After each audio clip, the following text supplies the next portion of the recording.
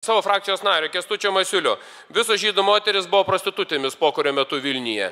Kaip jūs vertinate tokių politikų viešus pasisakymus spaudoje ir televizijoje? Aš siūlyčiau tam antisemitui Žemaitaičiui netepti savo kakiukais kitų.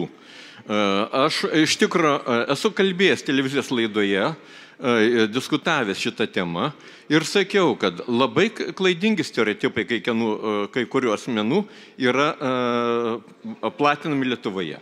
Lietuvoje 19 amžiaus pabaigoje žydai buvo varganiausia tautinė mažuma, kur vien Vilniuje iš 9 barakų daugumoje gyveno žydai. Kambariuose glausdavosi po keliolika žmonių. 2 barakai sugriuvo, daugybė žmonių žuvo. Tuose barakuose plito prostitucija ir panašiai. Ten buvo ir žydų moterų. Ir žydų moterų buvo daugiau negu kitų. Tarp kitko Vilniuje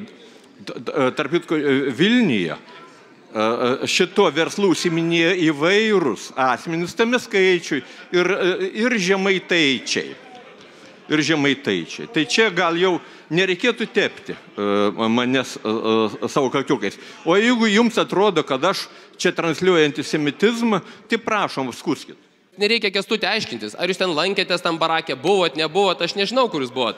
Ir pas kokias prostitutės jūs lankotės. Bet aš paklausiu Jurgio Razmos, kaip jūs vertinate savo frakcijos nario pasakymą, kad žydų moteris buvo prostitutės. Viskas, Kęstutį, nereikia aiškintis, pas kokias prostitutės jūs vaikštot.